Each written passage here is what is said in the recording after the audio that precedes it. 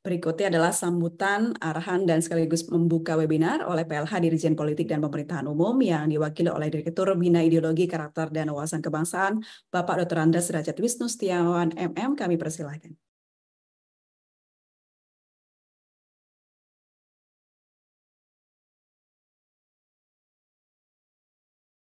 Mohon maaf, Pak, belum terdengar suaranya.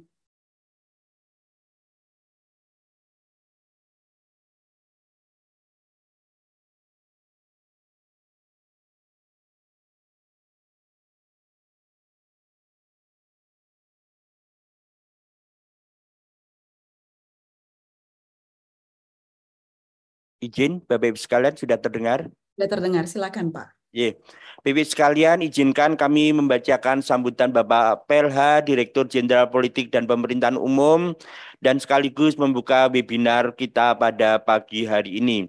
Saya awali dengan Assalamualaikum warahmatullahi wabarakatuh. Shalom, selamat pagi dan salam sejahtera bagi kita semua. Om Swastiastu, Namo Buddhaya, salam kebajikan, salam Pancasila. Yang terhormat Bapak Sekretaris Utama Badan Pembinaan Ideologi Pancasila, Bapak Tony Agung Arifianto SEMAB.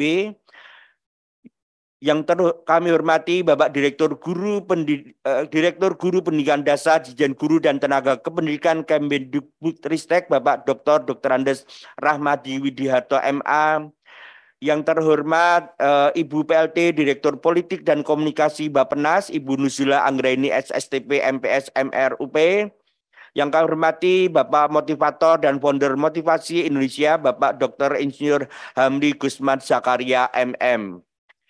Yang kami hormati para pejabat di lingkungan Direktorat Jenderal Politik dan Pemerintahan Umum, Bapak Ibu Sekretaris Daerah Provinsi dan Kabupaten Kota, Bapak Ibu Sekretaris Dewan Perwakilan Rakyat Daerah Provinsi dan Kabupaten Kota, Bapak Ibu Kepala Badan Kesbangpol Provinsi dan Kabupaten Kota, yang kami hormati pula Bapak Ibu Asisten Bidang Pemerintahan Provinsi dan Kabupaten Kota, Bapak Ibu para peserta dari unsur SKPD Provinsi dan Kabupaten Kota, Bapak Ibu para camat, Bapak Ibu para kepala desa dan lurah, serta tamu undangan serta hadirin yang berbahagia.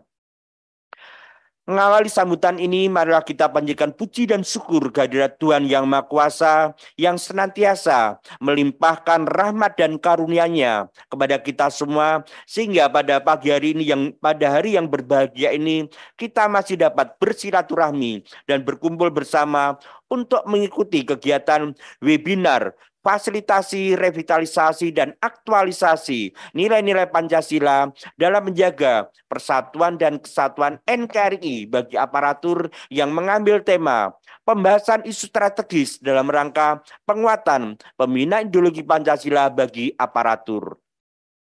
Bapak Ibu serta hadirin yang kami hormati, sebagai bangsa yang besar, Indonesia telah diwariskan nilai-nilai luhur Pancasila yang berfungsi sebagai landasan ideologi negara oleh para pendiri bangsa kita ini. Nilai-nilai luhur itu telah diaktualisasikan oleh masyarakat Indonesia sejak dahulu melalui budaya toleransi, persatuan, dan gotong royong yang membedakan karakter bangsa Indonesia dengan negara-negara lain di dunia. Nilai-nilai luhur Pancasila dimaksud juga merupakan modal utama bagi masyarakat Indonesia yang multikultur, sehingga dapat hidup selaras dan harmonis dalam bingkai Negara Kesatuan Republik Indonesia dari Sabang hingga Merauke dalam rangka mencapai tujuan dan cita-cita bangsa Indonesia. Bapak, Ibu, serta hadirin yang kami muliakan, pengamalan nilai-nilai luhur Pancasila di Indonesia bukan tanpa tantangan. Di era globalisasi dan kemajuan teknologi informasi saat ini, munculnya beragam informasi hoax dan ujaran kebencian tanpa disadari telah perlahan-lahan menggeser nilai-nilai bangsa yang selama ini terpatri kuat dan menjiwai kehidupan berbangsa, bernegara, dan bermasyarakat. Masih tingginya intoleransi, maraknya politik identitas, radikalisme, dan ekstremisme menjadi indikator bahwa sebagian masyarakat Indonesia masih memaknai nilai-nilai Pancasila sebagai nilai abstrak yang belum dapat diinternalisasikan dan diaktualisasikan dalam tataran kehidupan praktis. Nilai-nilai Pancasila tidak lagi menjadi bagian yang harus diterapkan dan diamalkan dalam kehidupan bermasyarakat. Kondisi yang terjadi justru menjurus ke arah kehidupan individualistik dan materialistik yang mengakibatkan semakin jauh dari nilai-nilai jati diri, kepribadian, dan keimanan bangsa Indonesia. Bahkan ironisnya, saat ini ada upaya-upaya untuk menggantikan atau melunturkan Pancasila sebagai jati diri bangsa dan dasar ideologi dalam kehidupan bernegara.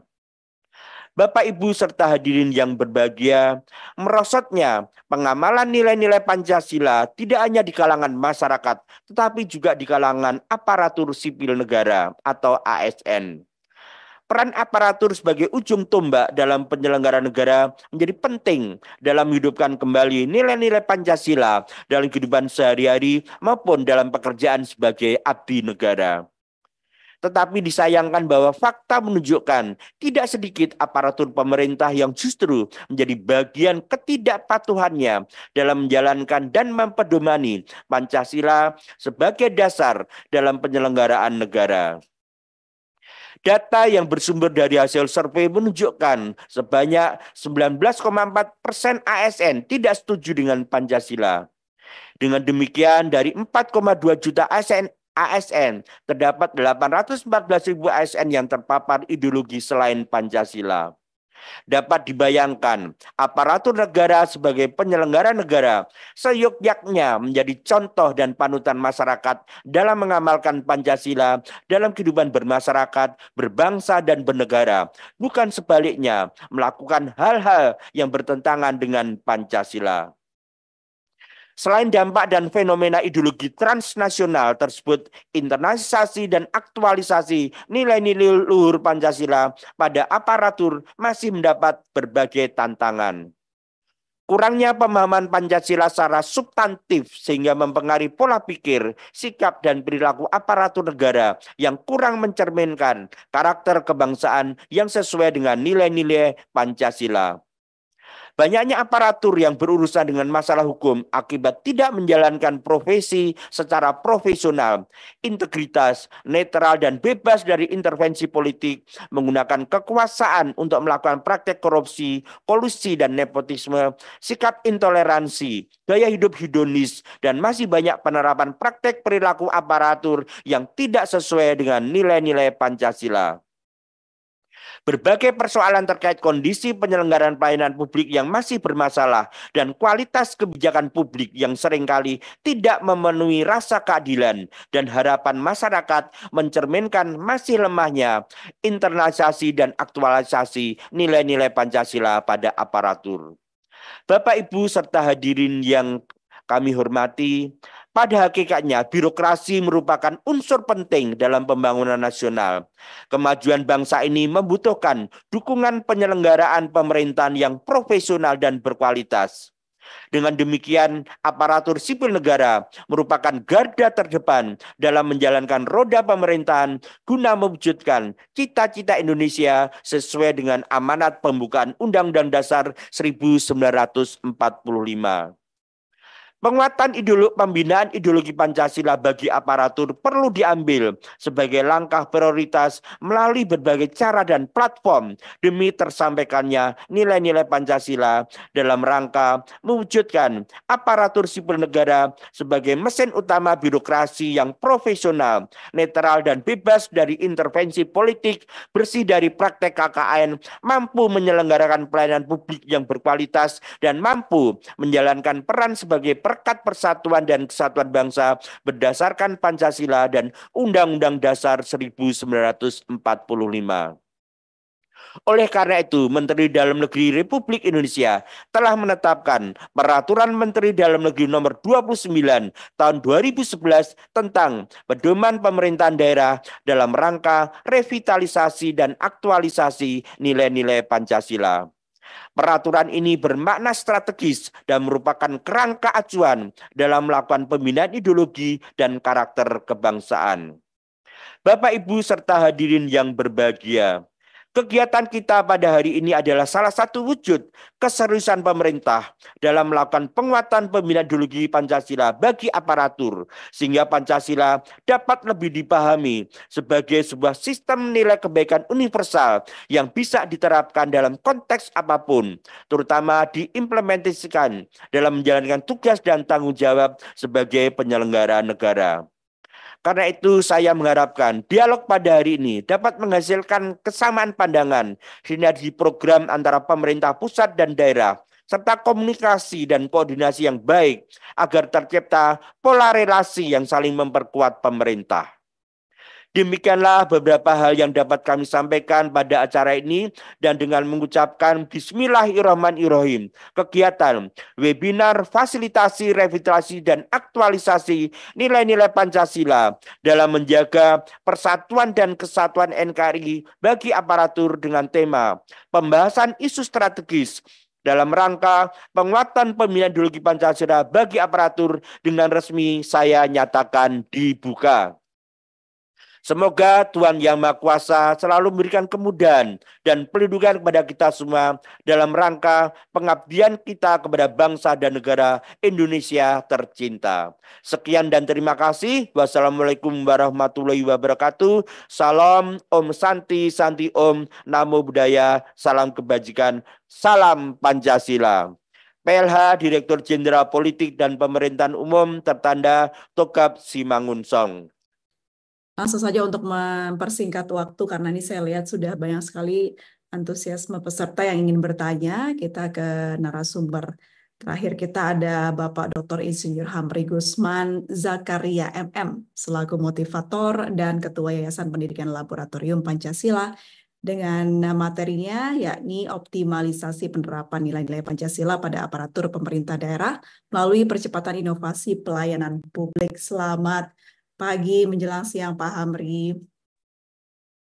Selamat siang Mbak Aprilia. Baik, terima kasih. Boleh langsung saja untuk paparannya, materinya Pak. Baik, terima kasih. Assalamualaikum warahmatullahi wabarakatuh. Waalaikumsalam warahmatullahi wabarakatuh. Shalom, Om Swastiastu, Namo Buddhaya, salam kebajikan, salam Pancasila. Yang kami hormati Bapak Ibu, yang tidak kami sebutkan satu persatu, menyingkat waktu, terima kasih atas kesempatan yang diberikan kepada kami.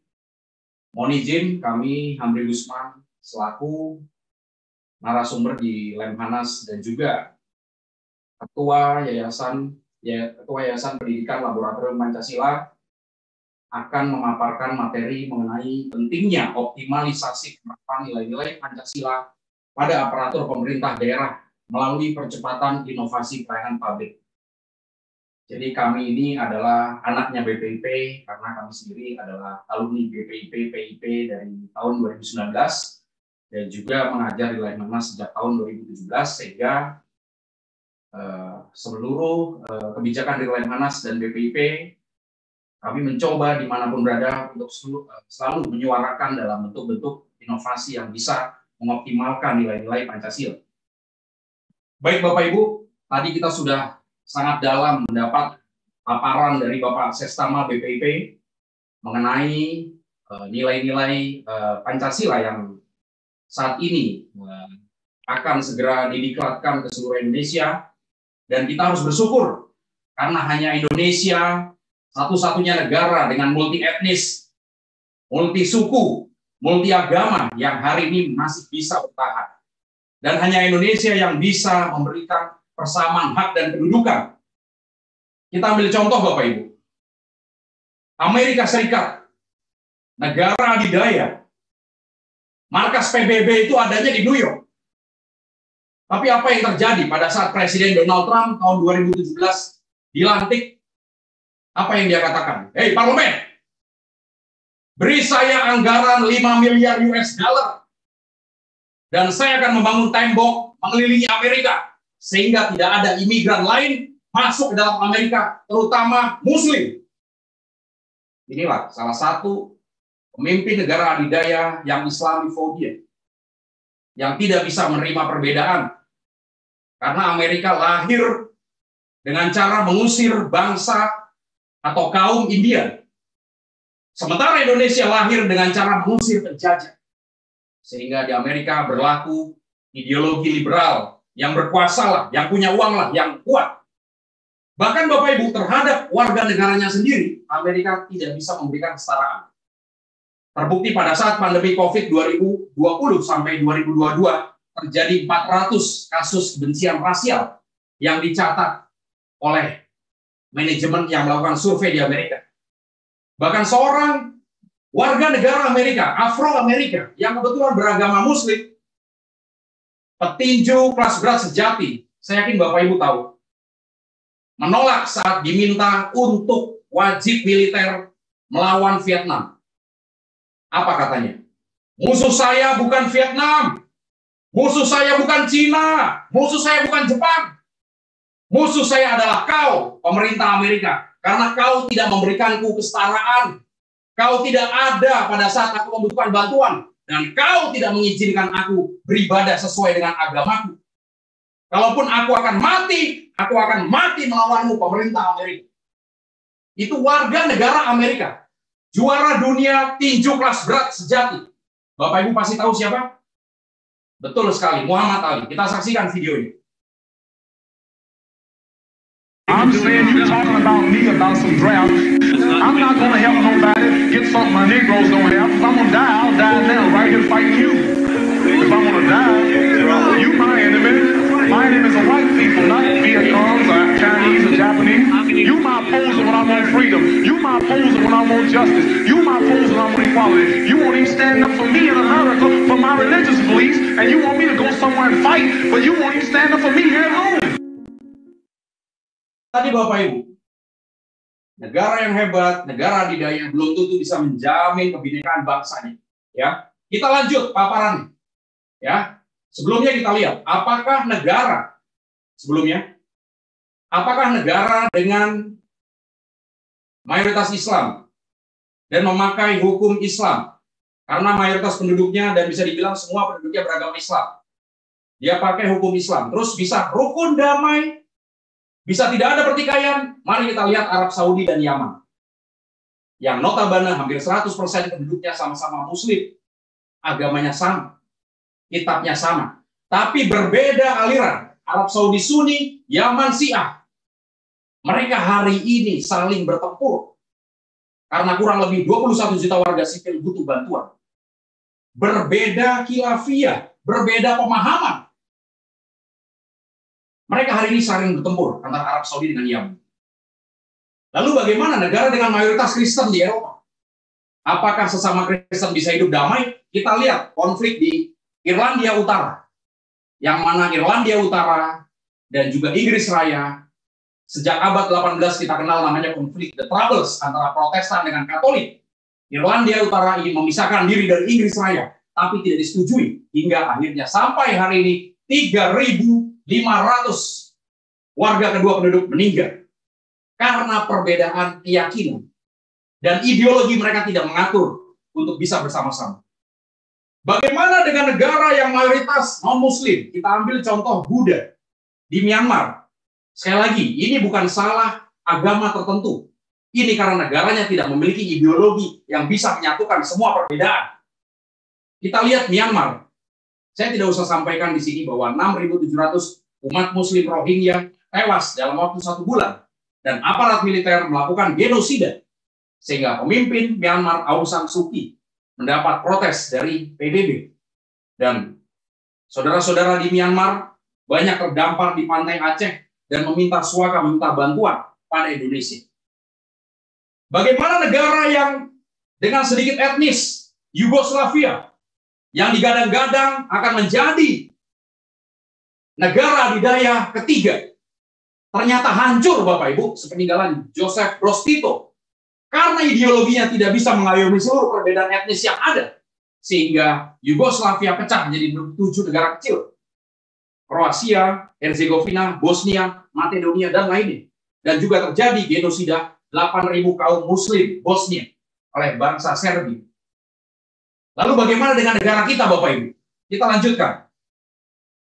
Indonesia yang terdiri dari kurang lebih 17.000 pulau, kurang lebih 1.340 suku, kurang lebih 300 kelompok etnis, kurang lebih 720 bahasa, dan 6 agama. Hari ini kita bisa duduk berdampingan.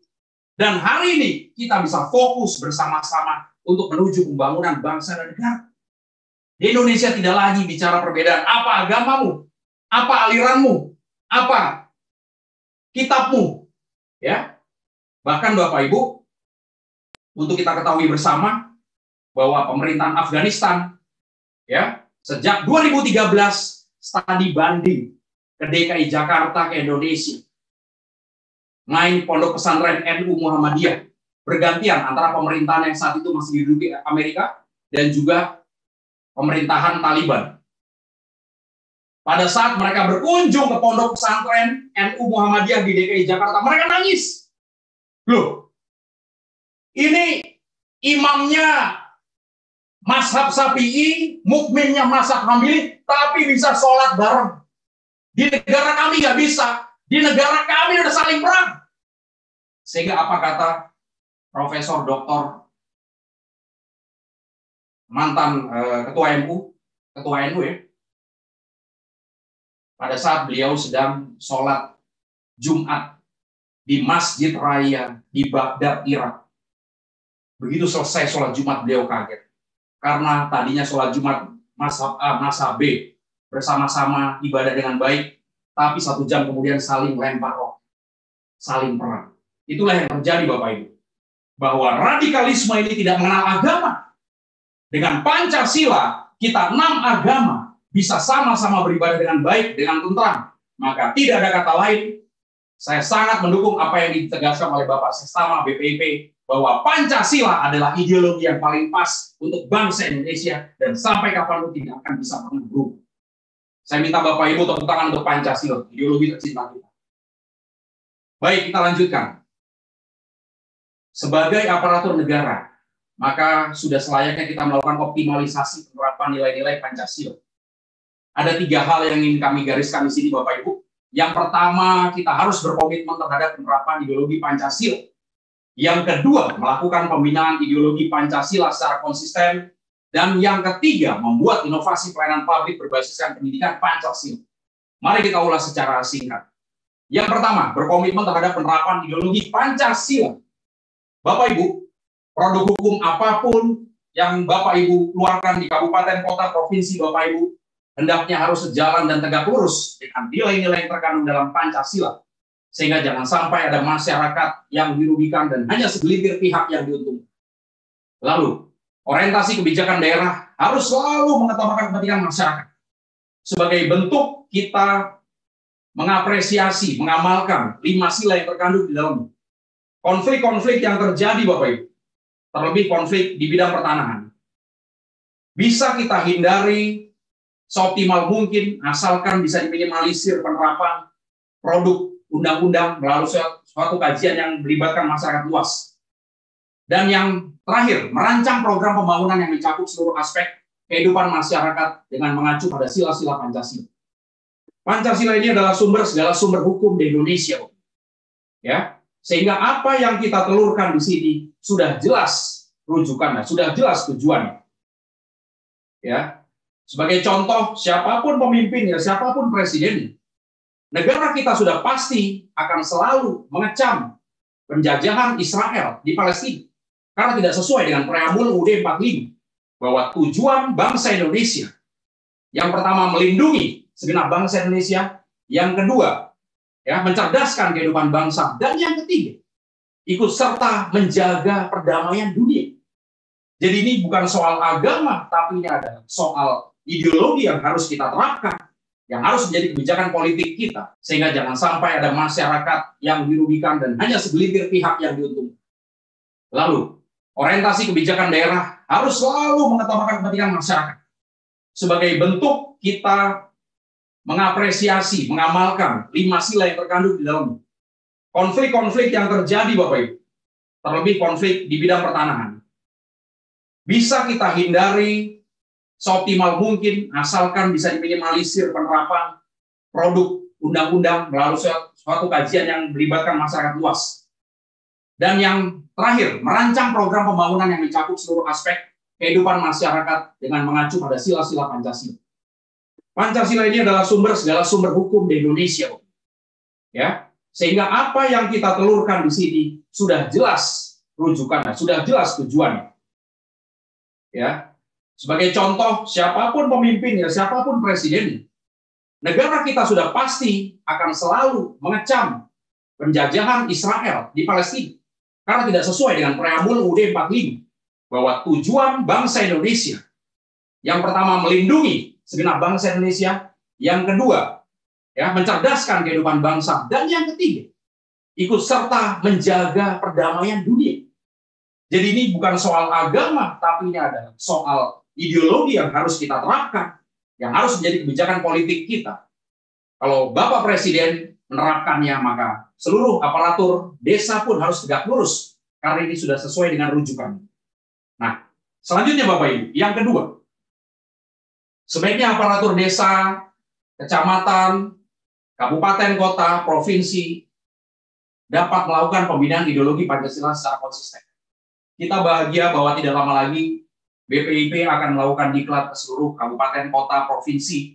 Tentunya kita yang selama ini sudah dahaga dengan nilai-nilai Pancasila yang belum nampak optimalisasinya sejak berakhirnya BP7, sejak berakhirnya P4, tentunya dahaga kita akan terpuaskan. Ya, oleh karena itu kami mohon Bapak Ibu dapat mendorong partisipasi aktif generasi muda dalam kegiatan yang mempromosikan nilai-nilai Pancasila. Silakan Bapak. Ya. Lalu meningkatkan pemahaman dan penerapan ideologi Pancasila pada berbagai lapisan masyarakat. Silakan bisa diadakan, silakan bisa dioptimalkan. Ya. Yang C, melibatkan lembaga-lembaga pendidikan dan penelitian dalam mengembangkan program dan inisiatif yang mendukung pemahaman dan penerapan ideologi Pancasila. Akan sangat positif bagi dunia pendidikan di Indonesia jika para peneliti, para pendidik, para pakar bisa melakukan penelitian bagaimana kaitannya antara pengimplementasian nilai Pancasila dengan peningkatan kesejahteraan masyarakat. Sehingga kehadiran Pancasila di setiap daerah harus bisa terkait dengan sepotong roti. Pancasila harus bisa meningkatkan taraf hidup masyarakat manakala kebijakan Pancasila diterapkan di suatu daerah. Oleh karena itu Bapak Ibu, buatlah event-event penelitian akademik artikel untuk dapat menjadikan Pancasila ini sebagai landasan dalam setiap sendi, pikir seluruh bangsa Indonesia. Berikutnya yang terakhir akan kami ungkap di sini. Membuat inovasi pelayanan publik berbasiskan pendidikan Pancasila. Bapak Ibu, innovation or die. Jika suatu unit kerja pemerintah, kabupaten, kota, provinsi tidak berinovasi, maka sama saja itu akan mati suri. Dan inovasi yang kami khususkan, kami tekankan di sini, bagaimana Bapak Ibu dapat melakukan inovasi yang optimal dalam rangka konektivitas dan aksesibilitas masyarakat. Kita tidak ingin anak-anak kita bicara, saya Pancasila, tapi tempat tinggal saya terisolir. Tapi saya harus jalan kaki 5 km ke sekolah. Tapi saya belum sarapan tiap pagi. Maka bangunlah konektivitas dan aksesibilitas, karena itu sudah menunjukkan Bapak Ibu melakukan inovasi yang pro terhadap nilai-nilai Pancasila. Yang kedua Bapak Ibu, tidak harus inovasi yang kita lakukan ini menggunakan APBD atau APBN kita. Kalau memang ada, silakan, karena anggaran negara memang untuk pemanfaatan sebesar-besarnya kemaslahatan masyarakat. Tapi jika belum dianggarkan tahun sebelumnya, jika belum ada, janganlah kita fokus terhadap keterbatasan anggaran. Kita bisa mainkan strategi pentahelik, meliputi lintas kementerian, lembaga, Pemda, masyarakat, berbagai komponen masyarakat, PKK, ya, dan lain sebagainya, lalu akademisi, lalu pelaku usaha, BUMN, BUMD, swasta, dan juga media. Pentahelik ini sangat dahsyat, Bapak Ibu.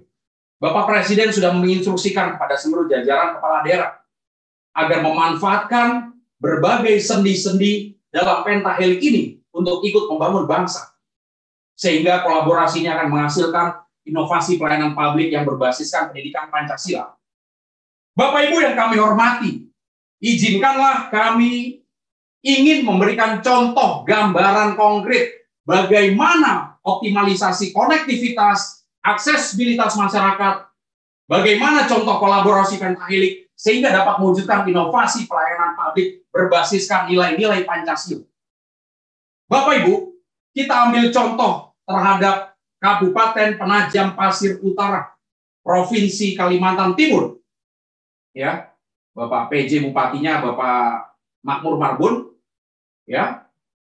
Dalam waktu yang singkat, ya, beliau melibatkan kolaborasi pentahelik agar dapat mewujudkan konsep sekolah laboratorium Pancasila.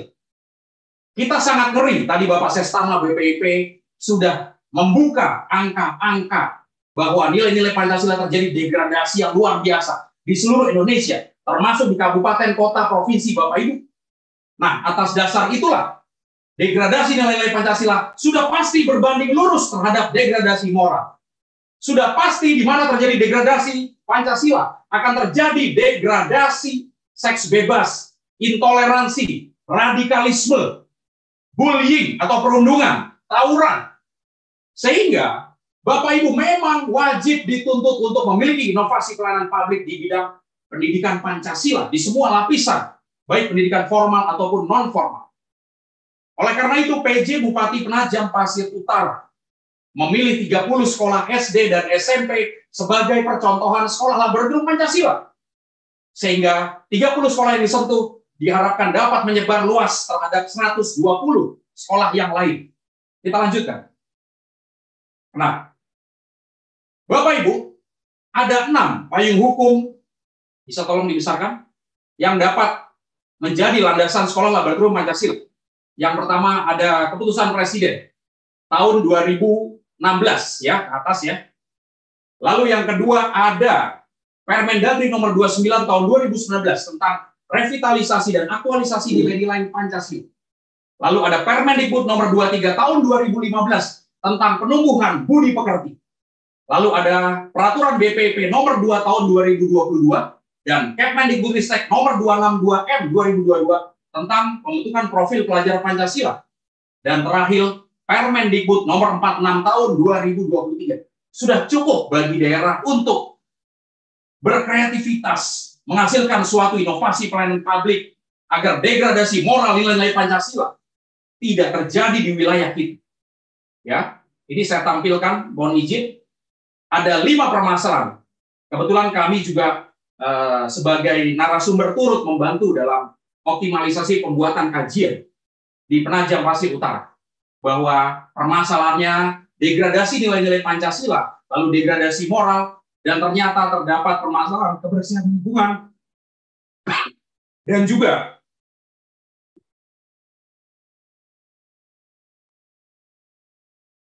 juga permasalahan kemiskinan penduduk, serta tingginya angka stunting.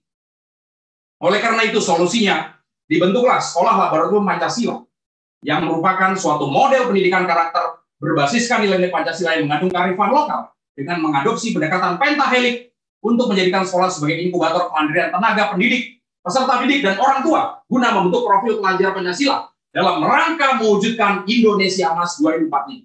Ya, bisa di zoom out. Sehingga Bapak Ibu, output yang diharapkan dapat menyelesaikan permasalahan, dan di sini Bapak Ibu bisa melihat ada 33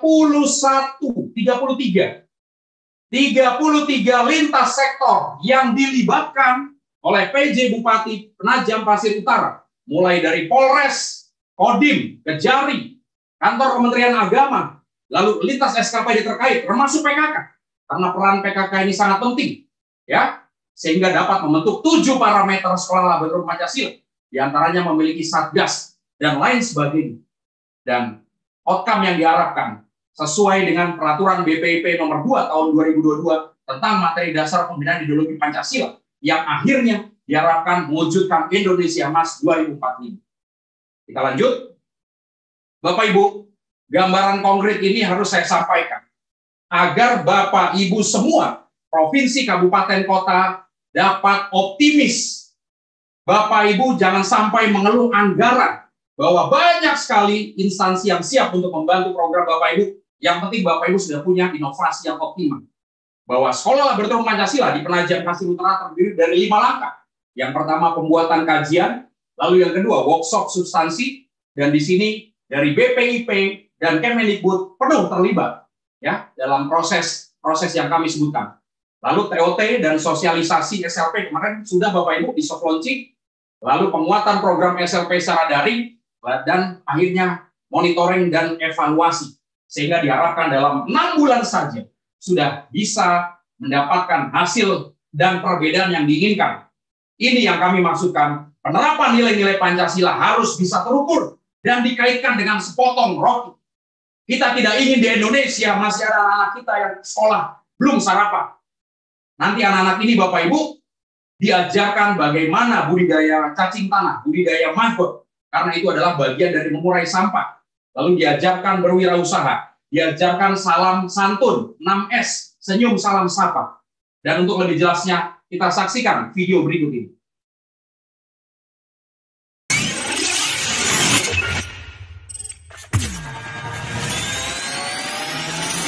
Five, 4, 3, 2, 1.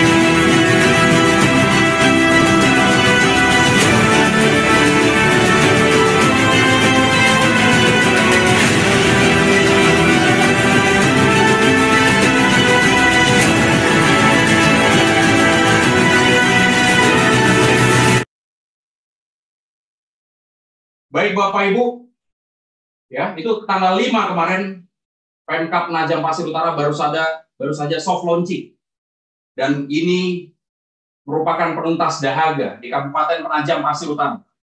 Bagaimana anak-anak kita akan belajar praktek budi pekerti lebih efektif dengan pembelajaran yang lebih menarik. Bagaimana guru-guru dikenalkan dengan berbagai metode dalam pengentasan kemiskinan. Bagaimana berbagai metode dalam pengelolaan sampah organik. Itu bagian dari Pancasila. Kita tidak ingin anak-anak kita, guru-guru kita hanya bisa memahami Pancasila hanya sebatas teks, hanya sebatas di ruang seminar, di ruang Zoom. Tapi bagaimana mereka mengimplementasikannya di lapangan, dan bagaimana mengentaskan permasalahan-permasalahan lokal yang ada. Kita lanjut. Nah ini Bapak Ibu. Dalam waktu singkat, Sekolah Laboratorium Pancasila bertransformasi dalam membentuk pendidikan kewirausahaan melalui pertanian, sayuran, perikanan, dan lain sebagainya. Bahkan ini Bapak Ibu, peserta diajarkan, siswa-siswi SD Bapak Ibu, diajarkan bagaimana memasak makanan protein tinggi, lalu dibagi-bagikan kepada masyarakat yang tergolong miskin. Ya, jadi kita belajar, kita ajarkan anak-anak kita sila kelima dalam tindakan. Lanjut.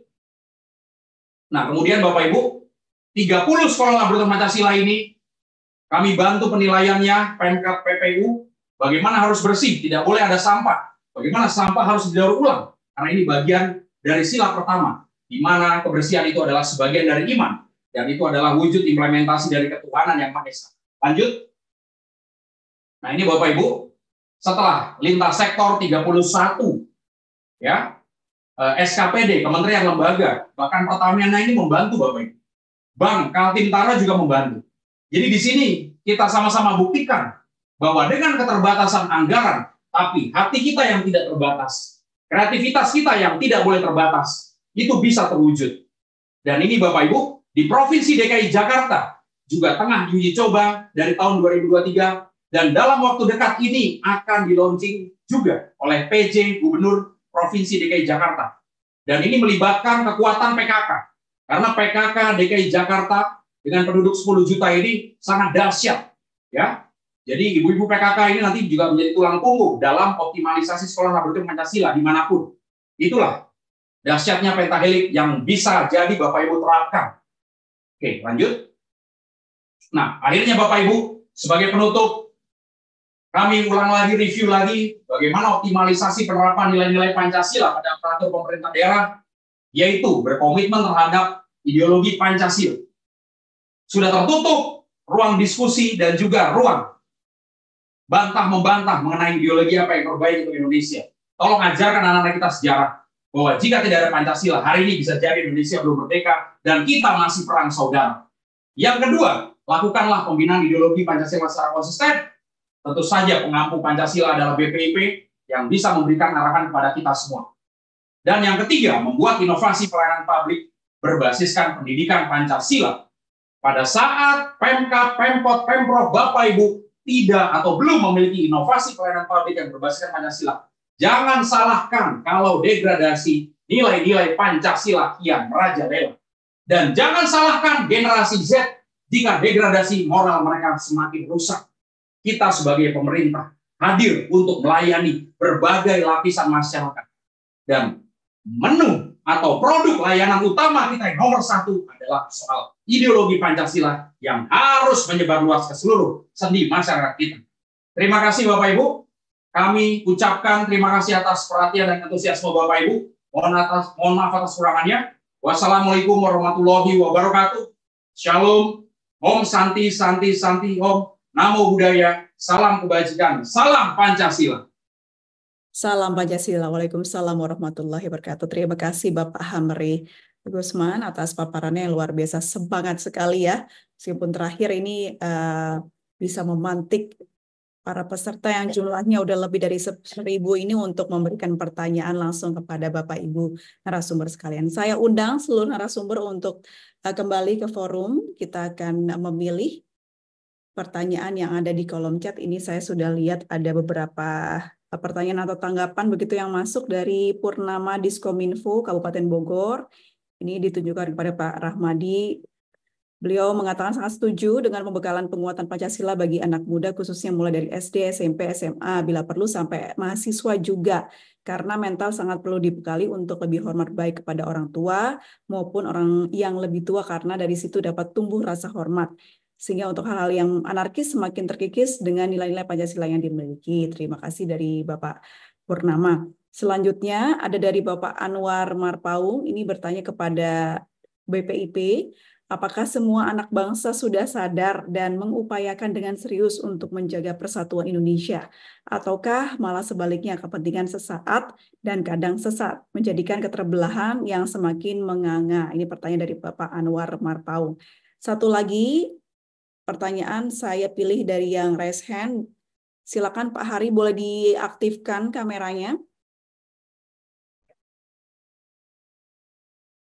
Baik. Pertanyaannya apa Pak? Oke. Di-unmute terlebih dahulu ya Pak. Oke, sudah kedengarannya Bu? Sudah terdengar. Oke. Terima kasih. Assalamualaikum warahmatullahi wabarakatuh. Waalaikumsalam warahmatullahi wabarakatuh. Silakan. Saya langsung ke Bapak Sekretaris Utama BPIP, Pak Tony. Tadi disinggung tentang keberadaan Paskibraka yang merupakan salah satu sasaran dari BPIP. Sekedar informasi, minggu lalu saya mengikuti kegiatan yang diadakan oleh BPIP tentang pengajar PP nanti. Saat ini di lapangan yang terjadi adalah keberadaan Paskibraka itu yang tidak dalam satu pintu. Ada kabupaten atau daerah yang ditangani oleh dinas lain. Tidak, dulu kan ditangani langsung oleh pemuda olahraga. Sekarang ada yang diambil sama Kesbangpol, ada yang Kementerian Pendidikan, ada yang masih sedangkan BPIP kan tidak punya kaki tangan sampai di daerah. Nah, bagaimana Bapak menyikapi tentang keberagaman tempat atau daerah menjadi penggemblengan para paskibraka tersebut, utamanya dalam hal penyamaan tujuan utama dari terbentuknya paskibraka tersebut. Kemudian hal kedua yang mungkin saya tanyakan adalah walaupun mungkin ini sudah lama, saya kepingin juga mendengar dari Bapak bagaimana keberadaan BPIP ini dengan Lemhanas. Apa tidak terjadi tabrakan dalam hal tupoksi? Terima kasih, itu saja Bapak. Baik, terima kasih Bapak Hari. Langsung saja karena sudah 3 pertanyaan disampaikan. Mungkin dari Bapak Tony Agung dari BPIP untuk menjawab karena pertanyaan banyak yang mengarah ke BPIP. Silakan Bapak. Baik, terima kasih Bu April ya. Jadi ada 2 penanya ini ya. Jadi yang pertama Pak Anwar Marpaung. Jadi pertanyaannya cukup sulit jawab sebenarnya ya.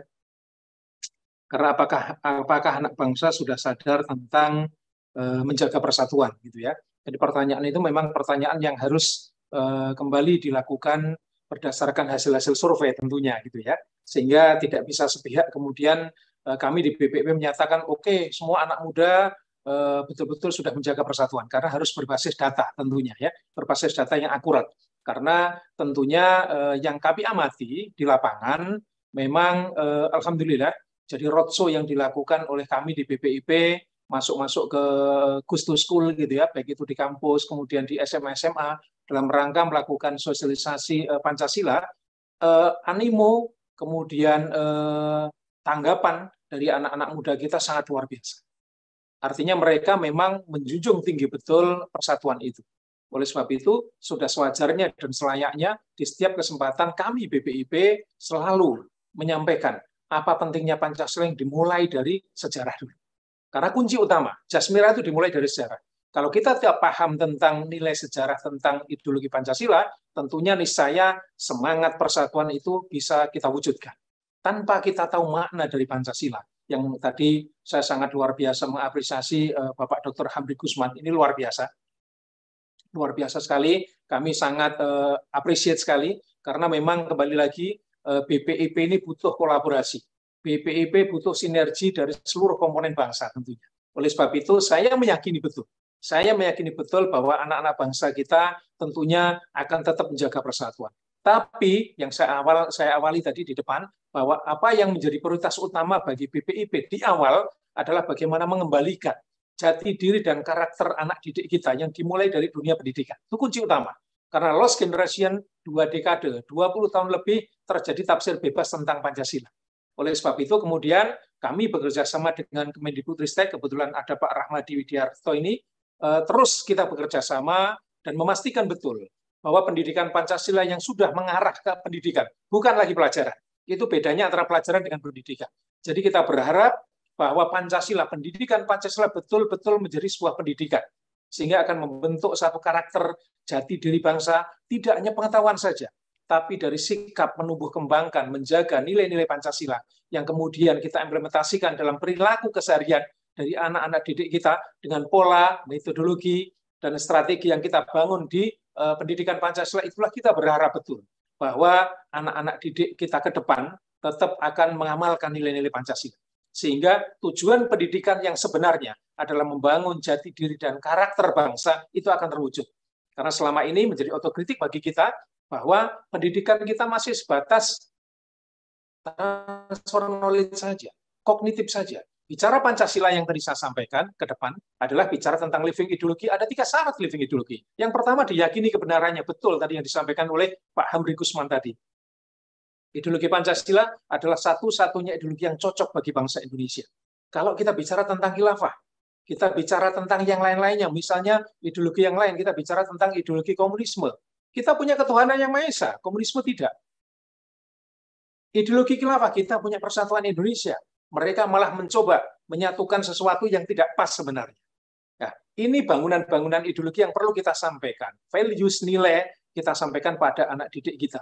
Sehingga sekali lagi, Pancasila itu menjadi segala sumber hukum negara. Yang artinya bahwa di atas segalanya, bahwa Pancasila merupakan sumber values, sumber nilai etik dalam melaksanakan seluruh perilaku kehidupan bangsa dan negara. Itu kunci utama. Sehingga saya yakin, mungkin 2 tahun, 3 tahun yang akan datang dilakukan survei.